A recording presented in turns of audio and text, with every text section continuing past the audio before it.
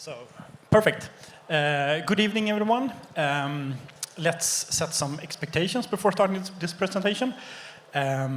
This presentation holds no real value beyond the joy of pranking on our dear colleagues.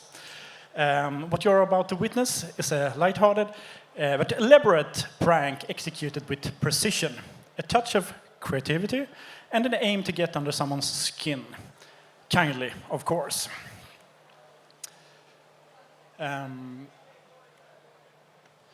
Let's start by meeting our colleague, a well-known figure in the industry with a reputation from playing tricks on others. He's sharp, witty, and always loves a good prank, when it's not directed at him, of course. Naturally, it was time for some payback. Yeah, I can also add the reason why we're two is that sharing the blame is always easier than taking the blunt of the force yourself. So that's why there's two of us. The story begins with that he'd purchased an expensive double bass from Germany, of all places, and it turns out that it was somewhat defective, so he needed to send it back to the supplier. He also, for some reason, decided that moving boxes was the optimum way of transporting a huge violin, basically. So he borrowed packing materials from his neighbors and more or less just cobbled together something that would transport a huge instrument all the way to Germany. And of course, he was very happy with his results, so he sent us a photo of his exceptional packing skills, and that's when the idea started, that we knew who the basically this shipping company was, since he was happy that they had accepted it and said that it was exceptionally well packaged. So that's when he sent us a photo.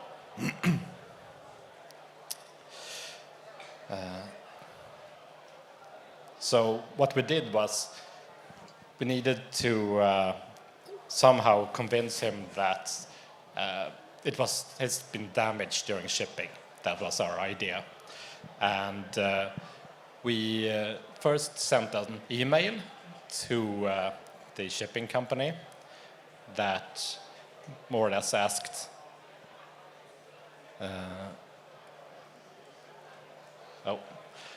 we asked them, how far is it from this place in Germany to that? And they replied with a question like, why are you asking us this? And the reason was we wanted the email footer for it to look like a legitimate email. Because this is a security researcher or expert, we need to make it look authentic. And our next step after receiving the footer was to acquire a VPS in Germany, since Schenker is a German company, and we needed the email to originate from Germany.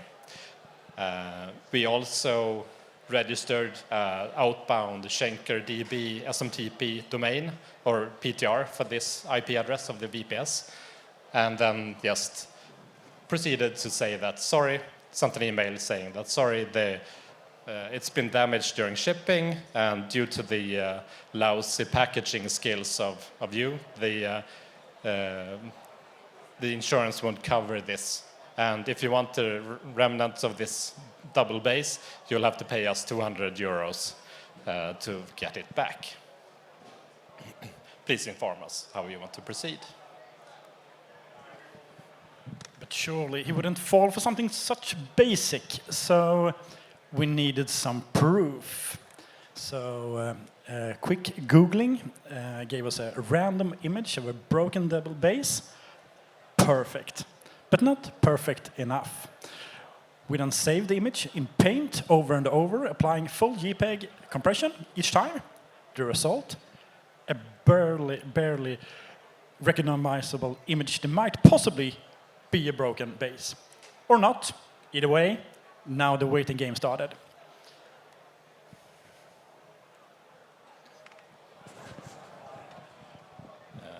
Yeah, it's after sending the email, it didn't take long for him to start acting on this. The first thing he did was to to send a reply to this outbound SMTP server that we used, which of course doesn't work since it wasn't a real email address we used. And this made him even more angry. Not only have they damaged his precious double base, they couldn't even accept an email to take responsibility.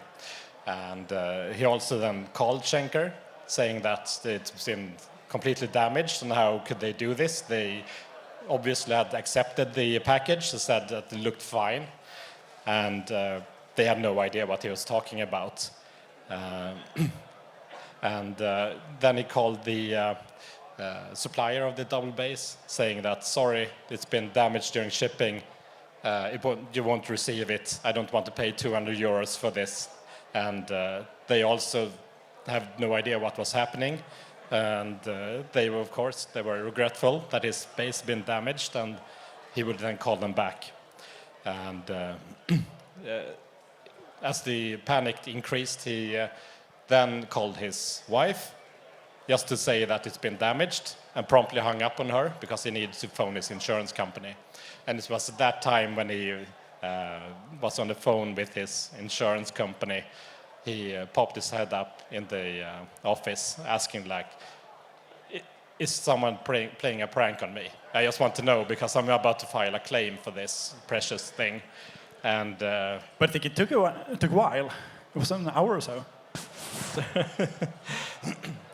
yeah, of course, the answer was, of course, we were playing a prank on you. Why wouldn't we? So that helped. Well, we're not done yet, because some days later, he got this email from the supplier. So at this time, he sent a message to, I think it was you, and said that, I don't know what's real or not anymore. Yeah, so. Yeah, it turns out it's actually been damaged during shipping. Because you can't ship a double base all the way to Germany with just moving boxes as the only padding. It will end up damaged. And that's sadly the truth. But I have to say, in the end, it turns out okay, because it was defective to start with. Now they just received a damaged, defective double base. So in the end, he received a new one that was fine. But not only is this a fun example, but it shows how easy it is to fool someone if you have enough details from their lives and can cobble together a story. Our prep work was of no use because he didn't check the originating IP address or the email address or anything like that, so we could just send it from anywhere. We didn't have to organize all this stuff from a VPS in Germany. He was too nervous or stressed for that. So that's basically the only IT security part of this, is that phishing mails are easy if you have enough info and, like I said, can cobble together the story and increase the stress levels of your target. And in this case, we just want to make him feel bad for a few moments. But if our motives have been others, we could just have sent him a link or phished him in some other way. Yeah, I think that's enough for us. Thank you. Thank you. Bye.